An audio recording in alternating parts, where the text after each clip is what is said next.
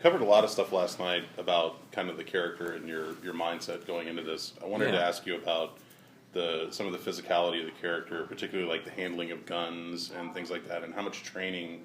Did you get much training time to do that, or even like the fighting choreography and whatnot? Like how much went into that? Yeah, I mean that was a big part of the process, and we made sure that we had as much time as we could. It's an independent film, I think Henry Cavill gets 6 months for Superman.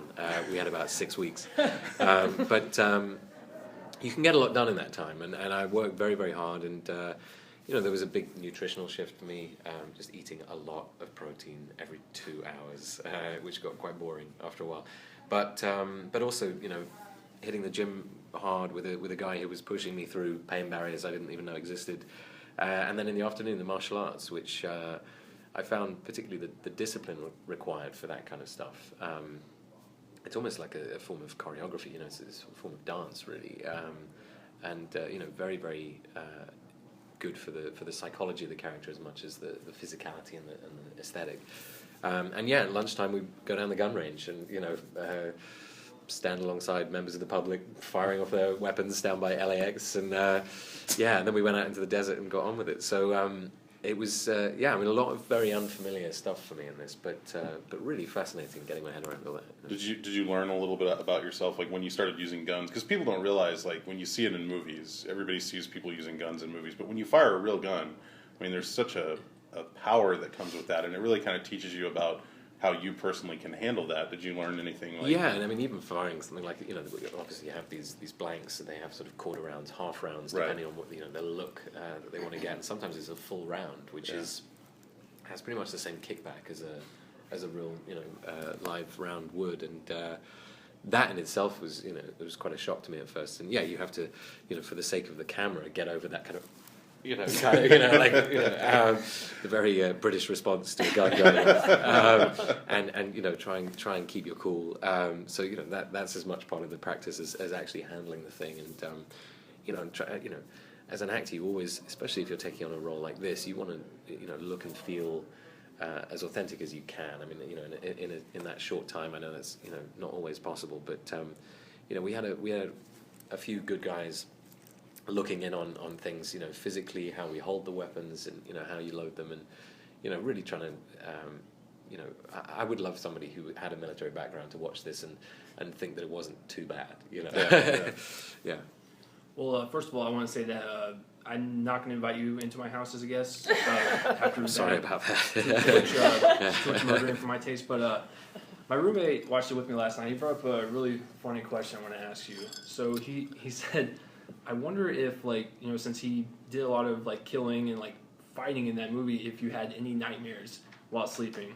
That is an interesting question. I can't remember. If it messed with your psyche at all. I think it, it's certainly, that kind of physical preparation. It has a kind of metabolic effect on you. I did feel very different, particularly for the duration of the shooting. I think that may have just been all the meat, apart from anything else. But I don't know about nightmares, really. No, I think, I have 2 kids, and so, you step in the door, it's their world, and you very quickly shrug off something as weird as David. Yeah. Thankfully. It just left me. No. So a lot of people are praising your performance in this film, and it was fantastic. Thank you. They're saying things like you could be the next James Bond. I mean, is that really daunting? And would you want to do a lot of action films like that? Is that something? I certainly want to do more action. I really like the action comedy side of The Guest, which I was able to explore a little bit more in Night at the Museum. I know that sounds an odd segue, but it is an odd segue career-wise anyway. But the action comedy element, I heard Simon talking about this briefly at the end there, but action sequences that have some character to them is something I've always really enjoyed. I think we've grown very used to seeing action sequences that have big budgets and lots of equipment and things blowing up and things, but actually this sort of to have a nod and a wink in the middle of all that, which actually is in the tradition of Bond, that is very Bond, to have a little one-liner thrown in the midst of this insane action sequence, or just a little raise of an eyebrow here. That's the kind of stuff I've always liked, and you see that sort of, albeit not that human in David's case, but that sort of a little flash of character that comes across in the middle of an action sequence is something I really dug about this movie. You know. I mean, I read the Entertainment Weekly article on you. Oh gosh, that what just did that came say? out. It's a 2-page spread. It was nice. Great. You really want to stay away from anything, resembling Downton right now. You kind of want to distance yourself from that. I wouldn't say that I would want to stay away from anything resembling Downton. I'm certainly not going to go back on that show. Oh, okay. Yes, I'm of sorry. course. I don't think that's really possible. But if like a really good English drama, period drama came up, would of you course, we're looking very much at the moment at different challenges, and it's funny the things that leap out of a script that make you go, I want to do this, and sometimes that's the wrong reason, and you do it, and you go, why did I do this? With The Guest, something leapt out of the page that made me want to try this this kind of genre, and it wasn't, it was the fact that it was a number of different genres that really appealed to me as well. The sense of humor really leapt out, and I think I hadn't had a chance to do anything as darkly funny as that for a while. And I sort of started out doing comedy. Really, I did a lot of student stand-up and stuff like that. Did a couple of Shakespearean plays that led to my being employed initially as an actor, and you sort of follow that path for a bit. Then Downton came along, things shift, and I think similarly for Adam and Simon with You're Next, like that gave us, both of us, a platform from which to go, okay, we could maybe do something that we want to do now, that we actually, is more in line with our own tastes perhaps, or, just try something new and a little bit outside of our comfort zones. Mm-hmm. And so they were stepping out of the horror classroom. I was coming from, costume drama 101, and sort of met them in the school corridor, really. And it was a very exciting meeting of minds. Adam grows up in Alabama, I grew up in Britain, and we meet in the middle of the desert and realize that we both love Big Trouble in Little China. That for me is a really cool thing. The rest is in the movie, I think. But going back to you talking about putting personality into the action sequence and stuff, one of the things I loved was the fact that the character always seems so put out by having to do anything. It's an inconvenience. Those bullet wounds are just they're just damn annoying. It's like, yeah. Was that something that you got to play with and create, or was that already on the page the way it was written? No, that was something I guess we, for me reading it was obvious, but I didn't know this at the time. But Adam and Simon were very excited by the fact that I found this all so funny, and I think they'd spoken to some guys who took it a bit more seriously than I perhaps did. But then I don't take a lot of things that seriously, really. I'm serious about the work, and I love what I do, but I don't take myself too seriously as an actor. And I was up for kind of giving myself up to Adam and Simon and letting them kind of screw around with this character. But yeah, we definitely wanted to. That was part of the cool of the character, really, was that that nothing was really going to stop this guy. Right. And there's lots of different modes and forms that can take. So yeah, any bullet going through is just like, God damn it, it just that to me is is inherently funny. And yeah, it was part of the fun of the game, really. Yeah. Well, since people have said the words about you possibly being the new James Bond, can you indulge us and do Bond James Bond for us? just so we can hear how you do it? I need to rehearse for at least 6 months. We'll wait. No, I think David in The Guest could give him a run for his money, Well, I want to ask you something I asked Daniel Craig before he became James Bond, because I met Daniel Craig when he did Layer Cake. Okay.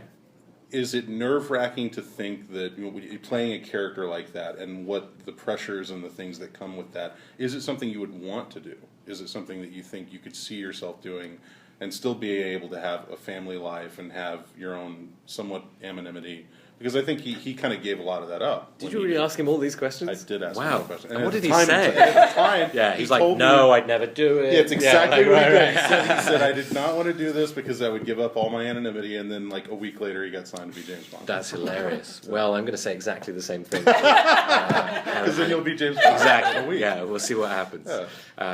What Daniel Craig said. There you go.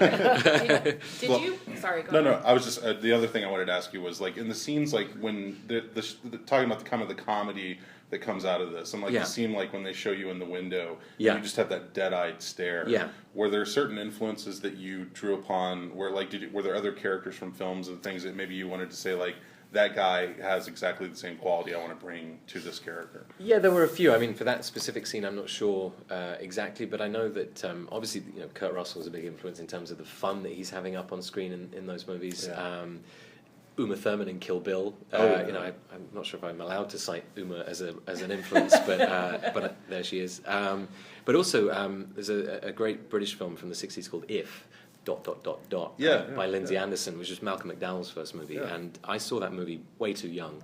I think it was like 11 or something, which when you see the movie you'll realise perhaps why you shouldn't watch that. And I was going to a school that was a little bit like the school in that movie, and it put all sorts of terrible ideas in my head. That's a cool flick. But it is an amazing film, and very interesting film to come out of Britain, especially at that time, and it was probably the closest we got at that time to a sort of a weird twisted action comedy, but there's something about the kind of beautiful anarchy of that movie, and particularly Malcolm McDowell's performance in that. This sort of it's just a graceful cool about it that really just sort of delighted in the weirdness of it, that I found mesmerizing as a young actor growing up, and I guess there's always an element of that in a few things I've done, but particularly in this, I was able to sort of indulge that a bit more. Yeah. But there's a number of for all of us really, a number of influences that fed into this.